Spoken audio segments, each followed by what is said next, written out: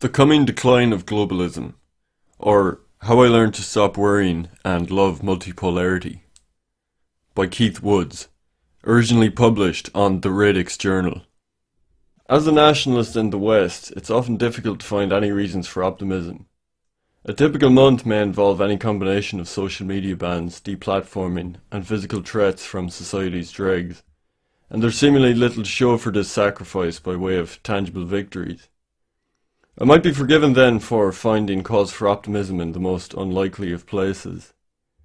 Looking to the east, the ascendant Chinese state is removing the last vestiges of Western colonial rule and expanding its rule over Hong Kong. In many ways, Hong Kong is symbolic of the Western international order. It has little identity or culture to speak of, beyond being a city-state ruled by financial interests for financial interests. In fact, its lack of a real identity is precisely its identity. The kind of anti-identity that characterizes the spaces where neoliberalism finds its truest expression. The reintegration of Hong Kong is a demonstration that the processes that could create a space like Hong Kong, the seemingly unstoppable wave of liberal globalization and its inevitable effect of the destruction of traditional identities, can be reversed by a people united enough to commit to a rejection of the oligarch's utopia. All over the world, there are signals that the world is waking up to this possibility. The move toward the open society is suddenly seeming less like the inevitable progress of history, and more like a colonial project in service of the financial interests of a few, enforced by an increasingly toothless empire. Recently, Turkey announced the reversion of the gorgeous Hagia Sophia to a mosque. Originally built as a Christian cathedral, it was turned into a mosque after the Ottoman conquest of 1453, but became a museum in 1934 under Turkish Republic founding father Ataturk. Some Western nationalists instinctively saw the decision to reconvert it to a mosque as a huge symbolic defeat for their cause. But as a museum, the Hagia Sophia had become another neutral halfway house of conflicting visions, open to international tourists to serve as a remnant of a time when things like religion and racial identity were things our ancestors spilled blood over. Its place as a museum was a symbol of Ataturk's vision of a secular westernizing Turkey. Its reversion to a mosque is a rejection of this vision, another bold assertion of a primordial national and religious identity against the infestation of the identityless, consumer-friendly spaces of neoliberalism. There are now real signs that globalization is coming to an end, and with it the means of its conquests, liberalism, feminism, secularism and materialism, will end too. Without the force of American unipolar hegemony and the expansive dominance of ruthless international finance capital, tradition and identity can again assert itself. Here are 5 reasons why I am staying cautiously optimistic about the future. The rise of populism. In 1957, Karl Polanyi wrote of the Great Transformation. Polanyi analysed the disembedding force of the free market as being in conflict with the traditional social orders from which it had sprung. Polanyi warned that this decoupling could lead to a backlash in the form of a rise of populist politics if its effects were left unchecked. The 2016 dual victories of Donald Trump and Brexit reflected growing disenchantment among the working class of the West with the effects of globalization and a desire for a return to the embedded liberalism of nation-states that had preceded the growth of globalism in the 1980s. Since then, populist ideas, chief among them the opposition to mass immigration and free trade, have become increasingly popular. Indeed, Richard Haass, who runs the Council on Foreign Relations, has made the admission that the new bipartisanship is opposition to free trade. It will be extraordinarily hard to resurrect a consensus that could pass a trade bill. Backlash to the migrant crisis in Europe, itself caused by the foreign policy adventures of the liberal elite, led to the growth and popularity of anti-immigration parties like UKIP and Marine Le Pen's National Rally Party, and the election of Matteo Salvini as Deputy Prime Minister of Italy. As the spoils of globalism increasingly move eastward, and the working class in the West face increasingly bleak prospects of debt, precarious job prospects, and the transition to a rentier economy, there is little reason to imagine that the populist backlash against globalization will not continue to gather pace. The end of American hegemony. Post-World War II political order has been characterized by the dominance of unipolar American empire. The distinct nature of American empire compared to empires historically lay in its unique foundations as a liberal financial empire. As long as the US, the harbinger of the values of Zionism, liberalism, and its offshoots of universalism, multiculturalism, and finance capitalism, has international hegemony, the ceiling on movements of national sovereignty and tradition is hopelessly limited. The values that have created a spiritual rot across the West are in a symbiotic relationship with American hegemony. Each relies on the other for its propagation. Nationalists and traditionalists should take solace in the realization that we are witnessing the disintegration of this empire. Before Stalingrad, the Wehrmacht seemed invincible. After the brutal conflict, they achieved few significant victories to speak of. If Stalingrad is taken as a symbol of a shift in the confidence of a formerly powerful entity, what is the Stalingrad event for America? Whatever the Stalingrad of the United States will be remembered as, it is likely that it has already happened. Perhaps it was as recent as the surrender to the Taliban in Afghanistan after almost 2 decades of conflict. The embarrassing realization against imperial hubris that the most powerful military ever assembled could not achieve an ultimate victory over Afghan peasants and Islamic fundamentalists. Perhaps it will be remembered as Iraq, the conflict that first seemed like a sweeping victory for the US, but descended into vicious sectarian conflict far worse than anything seen before US involvement. A conflict for which the main result seems to be a victory for Iran.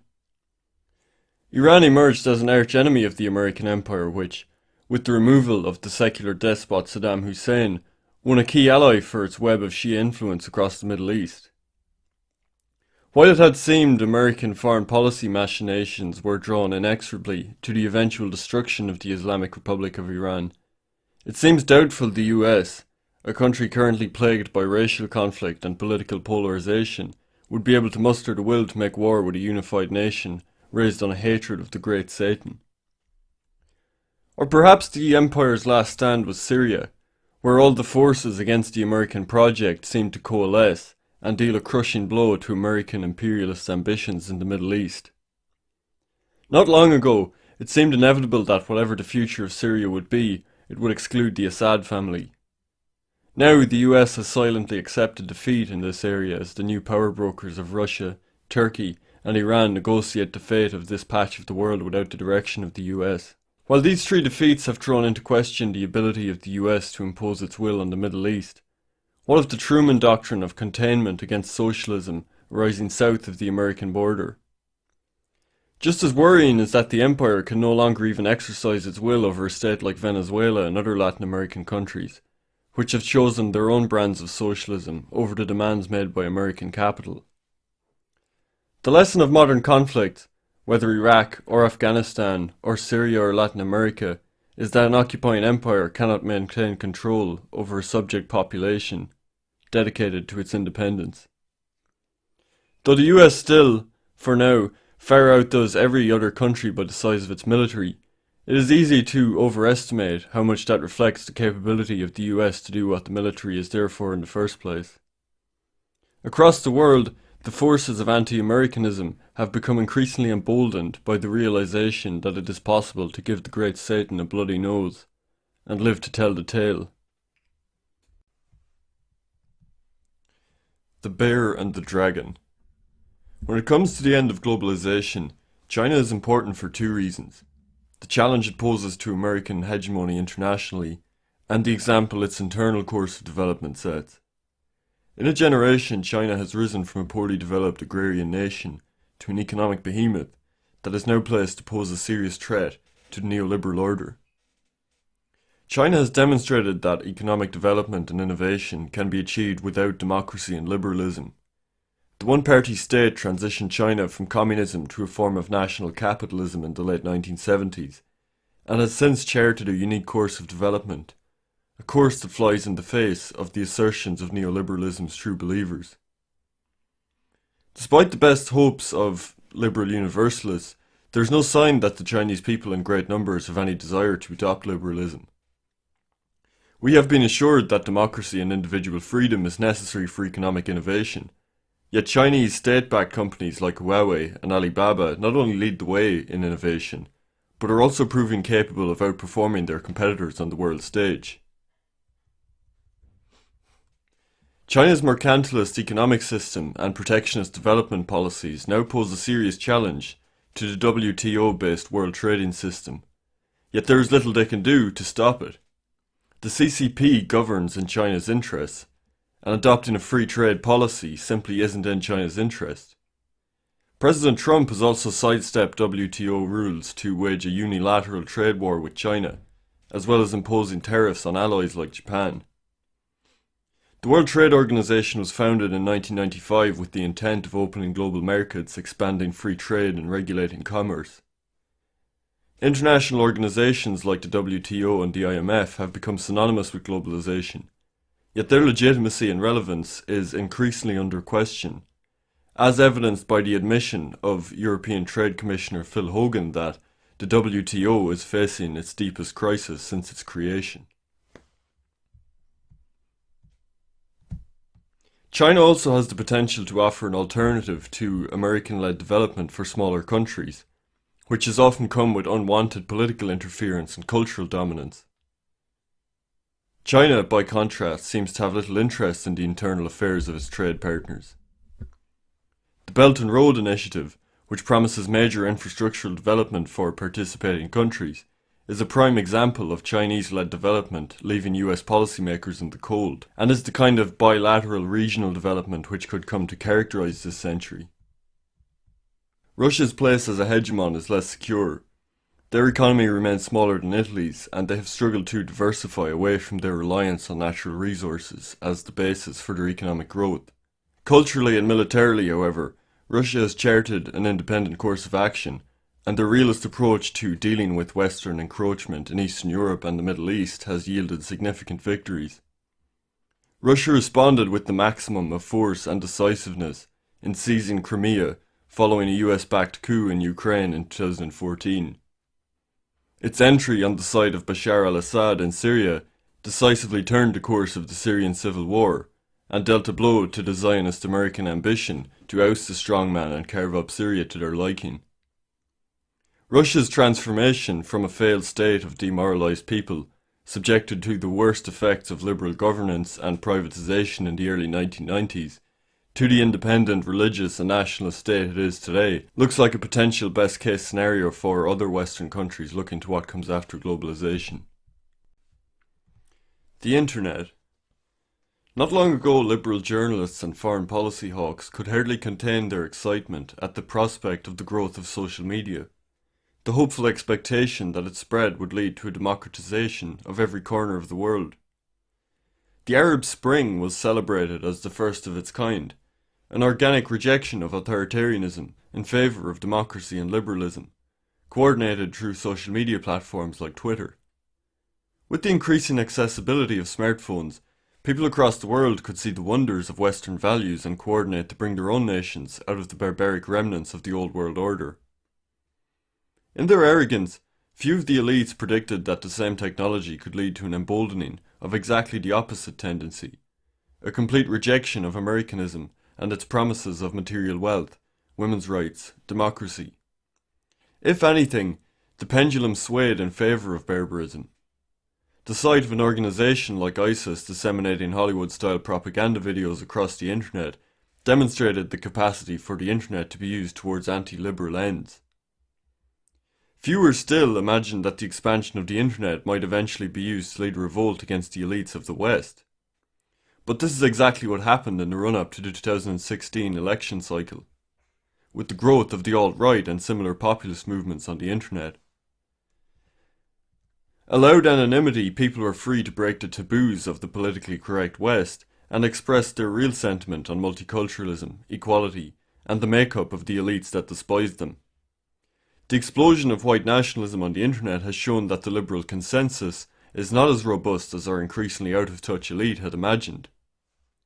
While the Trump victory led to a backlash of censorship, culminating recently in the removal of thousands of pro-Trump and white nationalist subreddit forums and YouTube channels, including the rather milquetoast libertarian Stefan Molyneux, it seems the cat is already out of the bag.